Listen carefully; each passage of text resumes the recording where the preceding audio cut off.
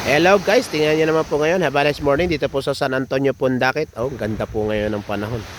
Kalmada. Ayun, may nakareding bonfire para mamayang gabi yan. Kalmada po, kalmada. Ayan, ang ganda po. Ayun, may mga nagbe-bakers na po.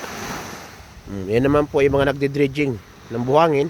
Yung tinatambak sa New Manila. Yun, yung gagawing airport. And guys, ang ganda po ng dagat ngayon ng Pundakit. San Antonio, Zambales. Ayan po, daming turista. Tara po, ligo po tayong lahat guys. Yan po yung buhangin ng bumagyo. Iniakyat niya. Hanggang doon na po yung ano. Kung saan niya may mga natapon na basura, gawa ng baha. Galing po sa ilog yung mga basura na yan eh. Napunta sa dagat, iniakyat na po ng alon na yun. Hanggang doon po yung alon ng bagyong kan. Ano ba pangalan ng bagyo na yun? Yung malakas. Ayan po yung Cabo de Roca Resort. Yan. Maganda po yan. Check niyo yung website nila. Tsaka to isang to, yung Durian ba yan? Bago din po yan. Marami dyan mga bagong mga resort na mayroon po silang pool. Yan.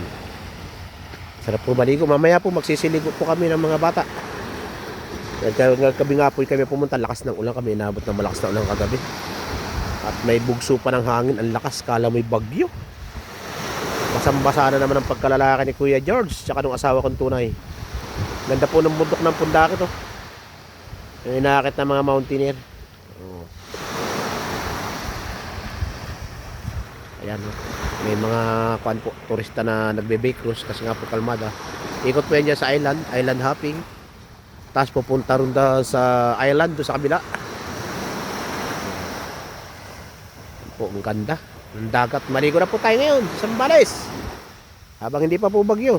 Ang ganda ng dagat, linis. Ay oh. Wala naman po ngayon jellyfish pa. Yan, marami pong salamat sa inyong lahat.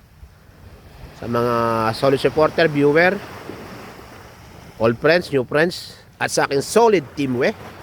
Mega love shoutout sa inyong lahat. Mambeng, Papa P, sa lahat ng mga ka-team we.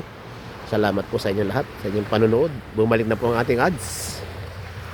May ads na tayo ulit guys. Marami pong salamat sa inyong panonood, sa inyong suporta. I love you all and have a nice day.